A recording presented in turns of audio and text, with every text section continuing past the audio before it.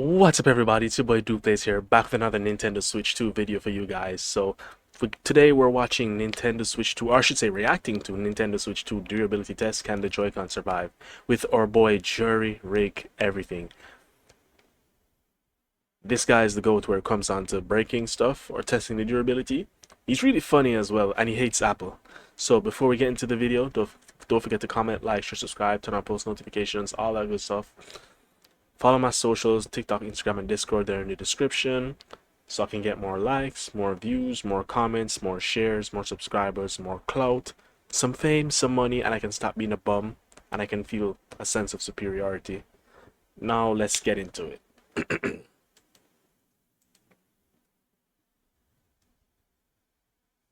The Nintendo Switch 2.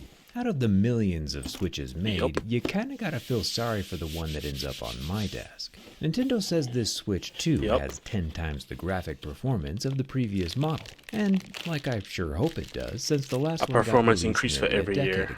Yeah, It's hard to that's be standard, and that only really brings it up to PS4 level. Well, in handheld mode at least.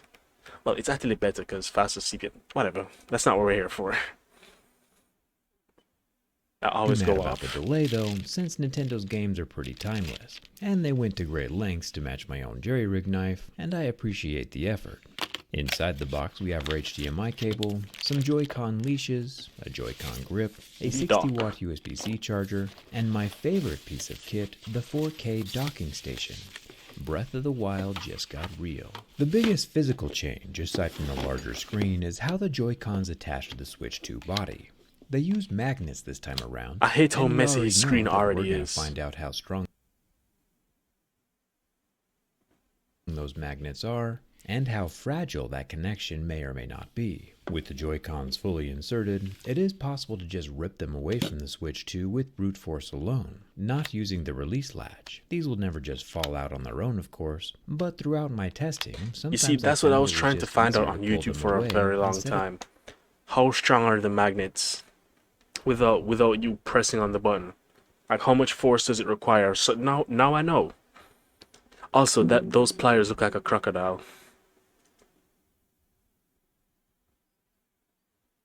of hunting for the release lever, especially when you just rotate the whole Joy-Con away from the body.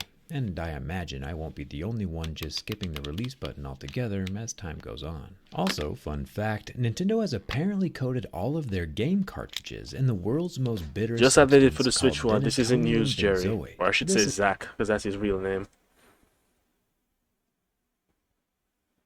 Is to deter little kids from eating it. Is it and in his I mouth can right now? confirm it is negative amounts of delicious, and I highly recommend that nobody lick these things. There is a bit of a fiasco surrounding some of these game cartridges, since some only include a key to download a game rather than the game being loaded on the cartridge itself. And yeah, that's pretty lame. So keep an eye out for those. This particular yucky tasting cartridge does have a full game installed on it though. So at least with this one we can play instantly without a download. I'll lower the volume, and of course I'm Team Luigi, if you catch my drift. In order us to find out what the Switch 2 is made from, we gotta pull out the Mohs scale of hardness. If the screen is made He's from losing the race in plastic, the we'll see background. scratches at level 2 or 3. Glass screens will scratch at a 5 or 6. 24. And if Nintendo splurged a bit and gave us Sapphire, that would scratch at level 8 or 9. However, Also, very one thing I quickly, we also see hate, again what that Nintendo I've has noticed given this us with a lot of devices now. Why is there a screen gap? Well, I know why. It's to make removal easier, but you can just use a suction cup on the front, just like Jerry does, and like the previous video I did does. So why are we? This is just like space for lint and dust to get in. I don't like this, and it looks low quality too. I don't like it. The Steam Deck has that issue. I actually super glued mine in because I could go like this and wiggle the screen. I had that issue on my LCD Steam Deck, and I glued it in with crazy glue. Not even like the super strong type, just like the type that you can buy on the side of the road. And I glued the entire perimeter around. And when I bought my OLED and went to pick it up at my shipping place, the first thing I did when I opened the zip case was to test it, and it wiggled just like that too. So then I glued the edge around, and it has not budged since. And like I've done it all around, and then I've like used needles and knives to chip at the excess glue on the outside. being careful not to scratch the plastic, even though I did a little, but it's looking good, and you can't see it covered by the skin. So yeah, they really need to up their game with the glue. Say level 3. However, very quickly we see again that Nintendo has given us a level 3 plastic screen. This is not ideal. There is a permanently installed plastic layer on top of the Switch 2 display. This is not a temporary screen protector, it is extremely well secured and permanently affixed to the device. As you can see from my keys, anything metal that comes in contact with this screen will indeed That's not leave a looking mark. good. Plastic objects, however, like my Lego or the docking station, won't leave any marks, but that also doesn't spark a whole lot of confidence. I understand that Nintendo is trying to keep screens from shattering by putting this plastic buffer layer over the top, but these permanent marks are going to be hard to swallow. And it's good to know that the screen of the Nintendo Switch 2 is going to be cosmetically Me being damaged very easily. What's the word I'm looking for? The neat freak? No, that's not the word. The perfectionist I am. I would just put the screen protector over it as soon as I get it out the box. Literally. Or I would have ordered my screen protectors like in advance of buying it. And then when I get home, as I take it out of the box, I have to wipe the screen down, even though I haven't touched it yet, but there's probably dust from the ceiling falling on it, and I just wipe it off, put my screen protector on, problem solved. The only way to avoid I was just talking the about soft that. exterior screen is with a glass screen protector. And if I could be so bold, I'd recommend a Prism screen protector from my channel sponsor Dbrand, mostly because it has an easy to install, foolproof applicator. With the Joy-Cons off, we can pull out the dust removal layer and give a single simple swipe down the middle of the applicator and wait a few seconds.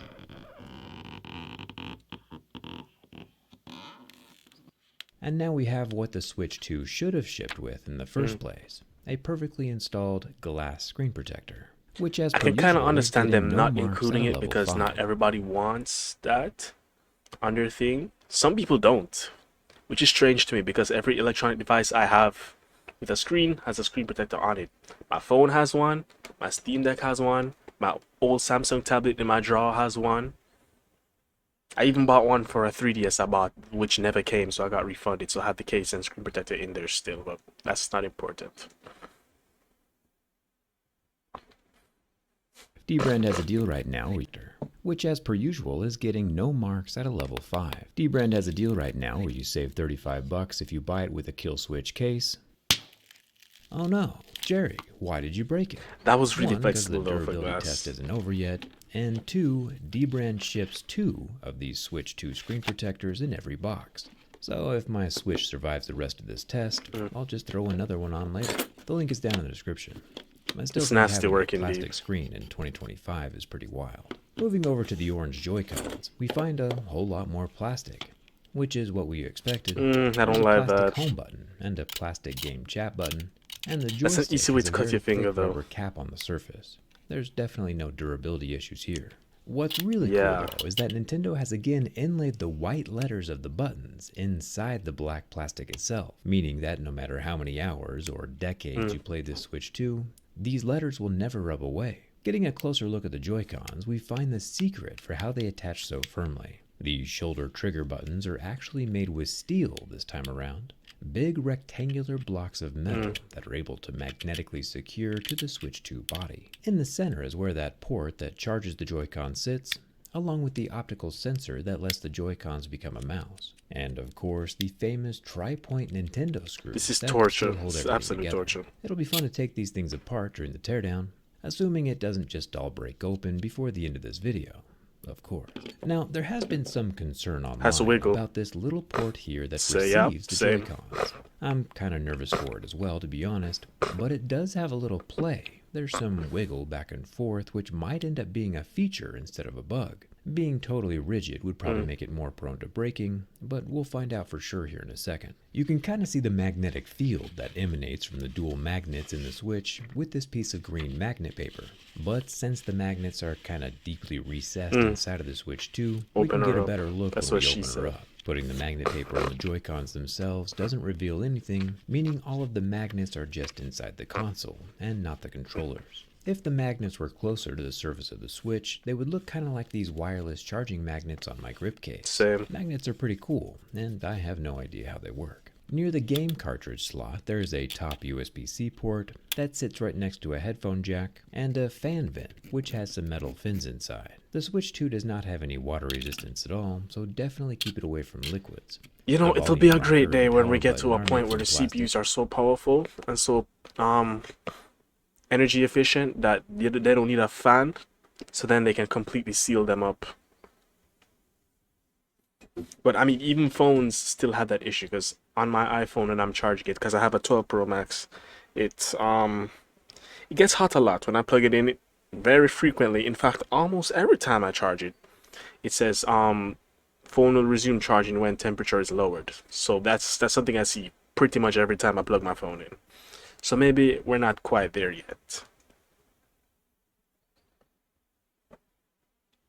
And are not removable. The volume rocker and power button are made from plastic and are not removable. The bottom of the Switch 2 has dual stereo speakers on either side of the lower USB-C docking port. The speaker openings are covered with some really thin wire mesh. That mesh can be torn, but it won't be falling out on its own.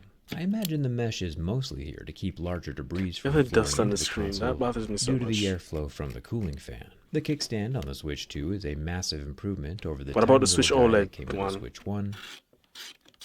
Okay, And I had a feeling. unlike the rest of the Switch, this guy's made from metal. And I mean, don't get me wrong, plastic is not a bad thing. It's what helps keep the price of the Switch I'd so love to low. see a premium model tad for hard to those who fathom can that afford it and kids- choose to do so. Buy a metal Switch. I'd love to see that. Or if somebody even like made a shell for it, but then it would affect the radio signals and everything. So there's also that to consider.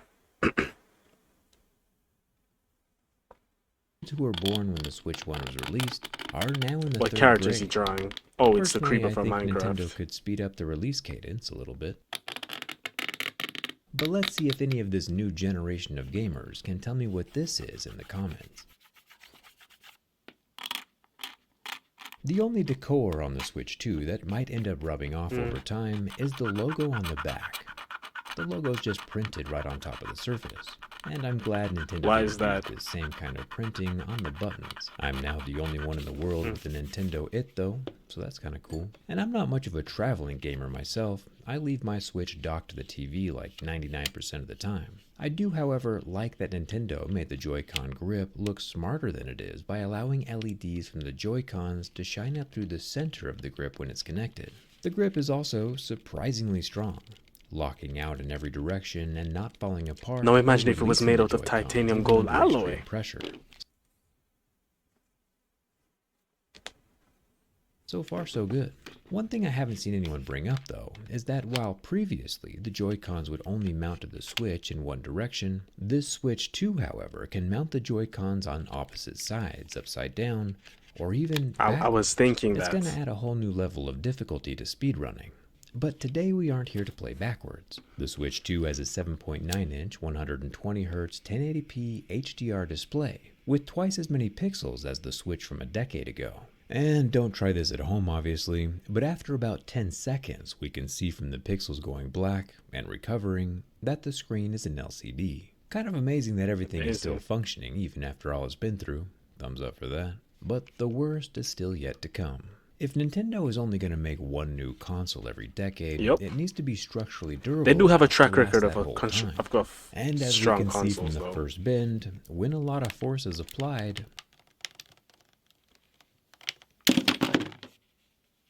the Joy-Cons just kind of like to pop off on their own. And in my opinion, this is actually a good thing. For one, the angle of the bending Joy-Cons doesn't appear to damage the internal pins, no matter how many times the Joy-Con is aggressively ripped off or forced off the console backwards.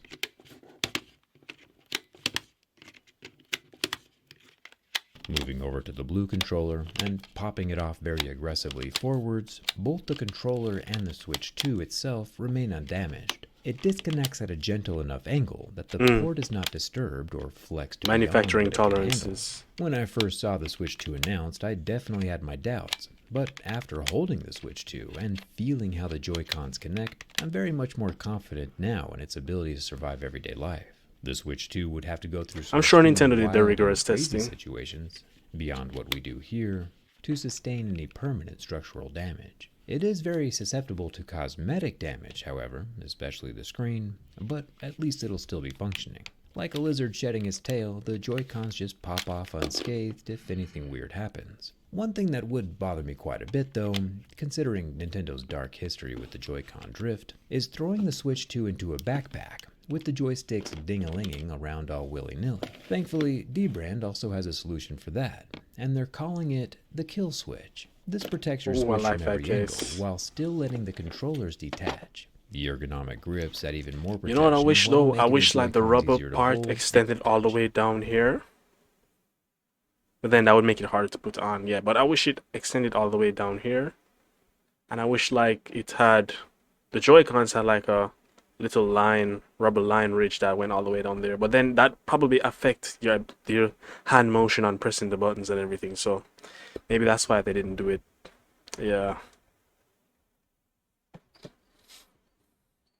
The ergonomic grips add even more protection while making the Joy-Cons easier to hold, and my Just like favorite this. part is the travel case keeps the joysticks from being kinked and smashed, while at the same time holding up to 10 of the disgustingly delicious game cartridges. Dbrand secures the whole thing with Dyneema bungee cord, which is the strongest fiber in the world. Stronger than steel and light enough to float on water. It does seem like a little overkill at first, but I've been told that this is the only material that won't fray after 10,000 attachment and removal cycles. And with how long it takes Nintendo to release a new console, this case needs to last for a really long time. If you get the Kill Switch and the Prism screen protector at the same time, you'll save $35, and I'll leave a link for them down in the video description. Now, if you'll excuse me for a bit, I do have to go see what Hyrule looks like in 4K. The Nintendo Switch 2 passes my durability test a lot better than I thought it would, and thanks a ton for watching. Yeah, guys, so I'll that's see you it. That's the around. Nintendo Switch 2 durability test. I don't know why I thought Jerry was gonna rip it open. Usually he does. I guess because it survived the band test. But yeah, that was it. Hope you guys enjoyed, and I will see you in the next video. Goodbye.